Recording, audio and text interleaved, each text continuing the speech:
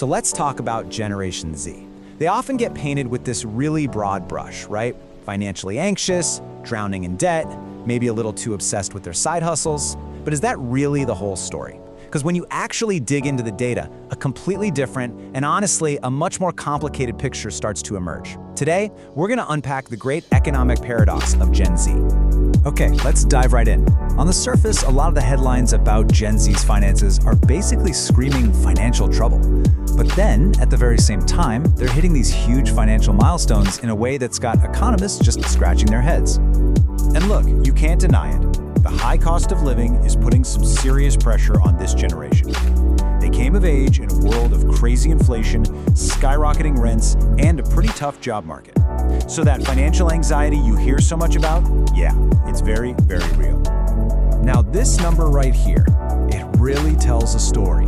According to data from Bank of America, Gen Z is spending almost twice what they have stashed away in savings. I mean, that's a stark figure that seems to confirm the whole narrative of a generation that's really struggling to make ends meet. And this is where the story just takes a wild turn. Right when you think you have them all figured out, the data shows they're actually outperforming their parents and even their older millennial siblings in one of the biggest financial moves you can possibly make: buying a house. Let's just look at the hard numbers for a second.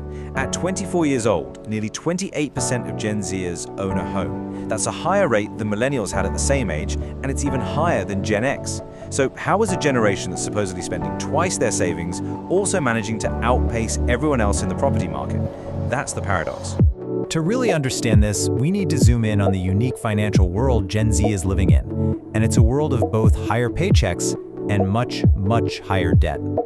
Okay, so here's the deal. Yes, it's true, when you adjust for inflation, a young person today makes about $5,000 more per year than someone their age did back in the early 90s.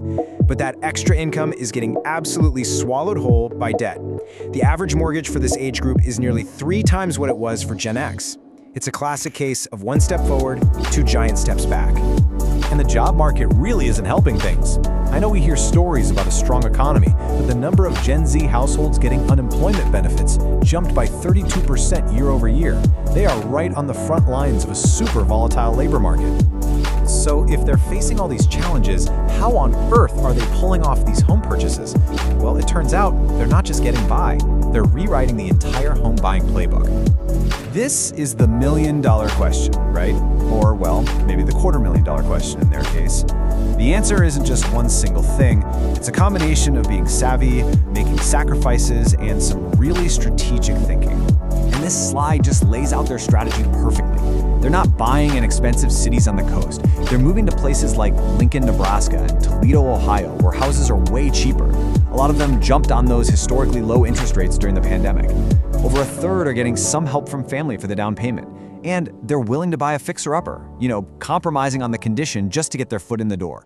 This quote from Dominic, who bought his first place at just 21 years old, it just says it all. For him, a mortgage was actually a smarter financial move than paying for a dorm room. It's that kind of practical, numbers-based thinking that really defines this generation's approach to these huge financial decisions. And this pragmatic approach goes way beyond real estate. It's fundamentally changing how they think about their careers, about ambition, and about what it even means to be successful in an economy that feels kind of stacked against them. Forget the old-school single career path. A staggering 62% of Gen Z plan on having multiple side hustles or income streams. And this isn't just about making extra cash to spend. No, this is a direct response to financial instability. It's a strategy to diversify, to have more control, and to build a safety net that their 9-to-5 just doesn't provide. This insight from Matt Klein is so key. The whole idea of a side hustle has evolved. It's not just about driving for a rideshare app anymore. For Gen Z, it's about building a brand, a community, and a business from the ground up, turning something they're passionate about directly into an enterprise that they own. And what's driving all of this is a massive shift in values. 81% say that having a fulfilling job is absolutely essential for their happiness. They're way less concerned with climbing some corporate ladder and much more focused on building a legacy that's defined by who they are and the impact they have, not just the title on their resume. Now, this redefinition of ambition isn't just about surviving the here and now. It's also about positioning themselves for a future where the entire economic landscape is set to change dramatically. And there's one massive piece of that puzzle we have to talk about. People are calling it the Great Wealth Transfer. Over the next 20 years or so, a totally unprecedented amount of money is going to be passed down from baby boomers to their kids and their grandkids. We have never seen anything like this on this scale. So just how big is this wave of cash? Well, projections estimate that by 2048, over $83 trillion will be inherited by younger generations. To put that into perspective for you, that is more than 3 times the current GDP of the entire United States. It's just mind-boggling. And don't think for a second this is some far-off future event. By the end of this decade, almost a third of high-net-worth individuals will have already received an inheritance. By 2040, that number jumps to over 80%. This transfer is happening as we speak, and it's only going to speed up. You know, the Capgemini report that detailed all this used the metaphor of sailing. And it's such a perfect image for what's coming. You've got this massive, powerful current that, if you know how to navigate it, could carry you to an entirely new economic reality. But if you're not prepared, you could get completely swept away by it. So let's bring it all home. How do we solve this paradox? What we're seeing is a generation that's using savvy strategies and side hustles to survive a really tough present, all driven by a totally new set of values, and all while standing on the verge of a historic inheritance that will completely redefine their future.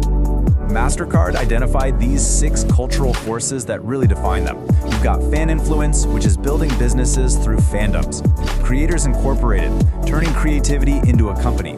They want connected, not consumed, seeking real connection instead of just endless scrolling. Reframed Impact is about defining success on their own terms.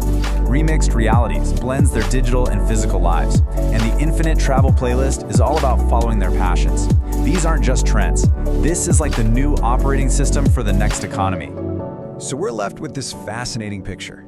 A generation defined by both deep financial anxiety and this relentless creative ambition. They're navigating today's pressures with one hand while they're building the foundations of tomorrow's economy with the other. The only question left is, what will that new economy look like?